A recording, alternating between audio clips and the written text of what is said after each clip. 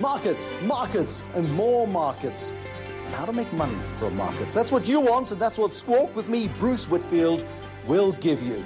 Join me and my guests every Thursday as we sum up, debate, and thrash out the week's most interesting and important markets and companies' news. See you then. Only on CNBC Africa. First in business, worldwide. Ladies and gentlemen, we'll make a decision on Friday. Make things happen. Nedbank Capital. Beyond Markets, brought to you by First Bank. Truly the first.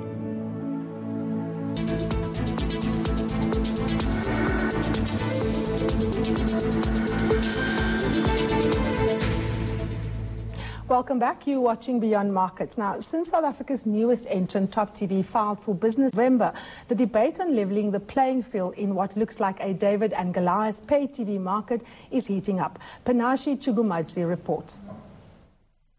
On Digital Media launched Top TV in 2009. It was the first and only company to tackle MultiChoice's DStv monopoly, but now it finds itself in serious financial difficulty.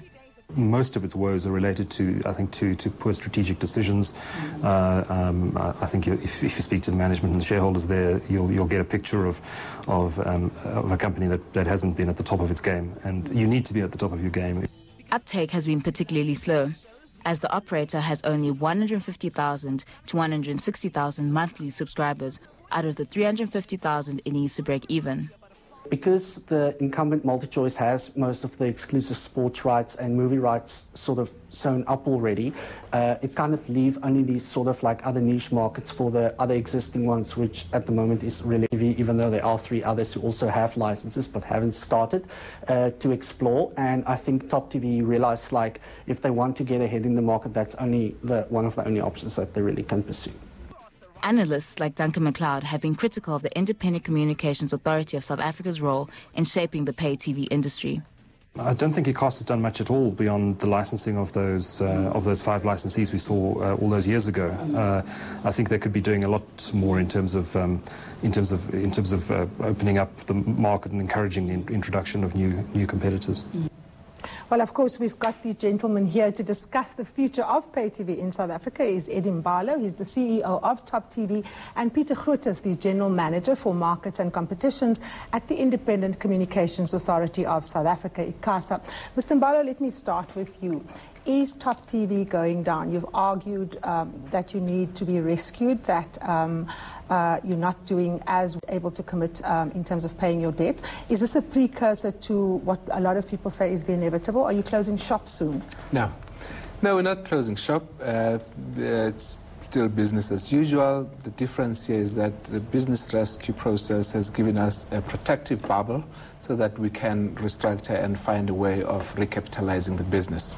And let me say that we need to accept that what has happened to Top TV is not unique in the broadcast environment. ETV, after they launched 2 years later, they were in a similar situation. But also we know Mnet, after their launch, it took them about 8 years to break even. So what we are sitting with is not unique. What the business needs, and that's what happens to greenfield businesses, is that they need recapitalization from time to time. Now, do you have any takers for this recap that you're talking about, and what are the kinds of figures that investors would need to commit to make Top viable, to make it go the distance, so to speak? Well, I can't tell you about how much we need and so forth, because that is the exercise that we are engaging in with the potential or the interested parties that we have on the table. Yes, we do have interested parties on the table. We are currently in discussions about how we can all together ensure that the business is recapitalized. Mr. Groothuis, let me bring you in here. The analysts that we saw in the insert, quite critical of ICASA, believing that you can and should and ought to have done more. Obviously, you don't agree. The situation of pay TV is a scale game, as Eddie has just said. You go through peaks and troughs in this game, especially if you're a new entrant to a game where you've had somebody who's had first mover advantage. The customers know who you are for a very long time, and to this extent, Top TV is that challenge now. as they've gone into the market aggressively to try and capture some clients away from the party that's been here forever. We all know DStv as Mnet originally, and then DStv. It's a challenging factor to get South Africans to switch. Switch from a satellite situation is not, it's more difficult than to get homes to switch from OMO to surf. South Africans are very brand loyal, and it is a challenge that any new entrant will face in South Africa.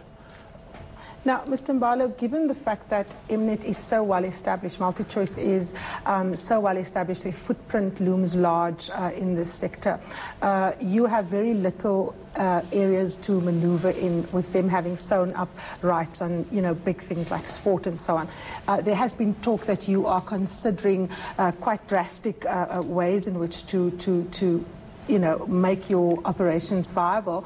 It's the ability of having a porn channel. Take us through whether that is on the table, and what do you think you'd be offering to the South African viewer, and is that the kind of cash cow that's going to get you out of the trouble that you are in? No, I think we need to be clear. The adult channels are not going to save the business.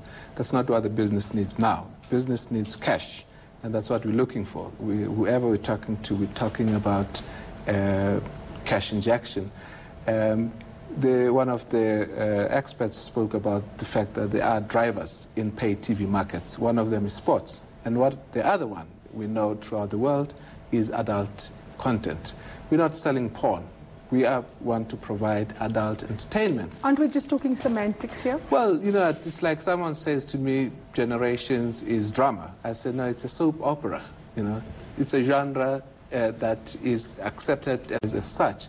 The truth is that, and again, let me take us back a little while. When the license was issued, was not to necessarily compete with MultiChoice, was to target a particular market. Which was not accessible to pay TV offering. But one of the analysts made an interesting observation, saying that part of the problems that you experience is because you exercise poor strategic choices from the get-go. And that you didn't explore those options. Did you do enough of your homework, given the fact that MultiChoice is as established as it is? I mean, why is it, for example, that there's very little local content? And we know that local content is quite expensive. Yeah. I think let's put it in proper perspective. I was saying that the license was issued to target a specific market.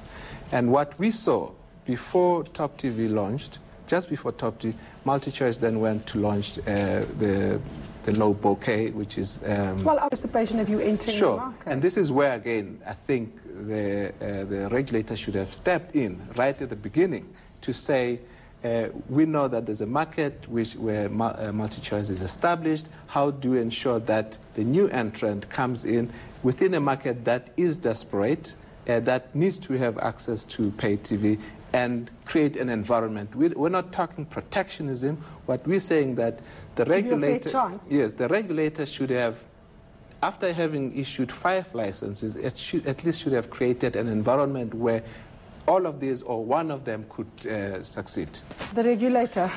Well, to give a little bit of background, it wasn't 5 licensees who we chose and gave a license. There were 18 applicants, all whose business plans went through substantial scrutiny, all whose business plans went through to public consultation, where everybody got to see whether they were capable of doing it. It's not purely our choice. We have to do public consultation on this. 18 applied, 5 got it. 1 had the guts to go for it. And is not doing so well. Gentlemen, unfortunately, we've run out of time. We will have to leave it there. Lots to discuss, of course. We'll be watching the prospects for Top TV very closely. That's it for Beyond Markets. Thank you so much for joining us. Do stay tuned to CNBC Africa.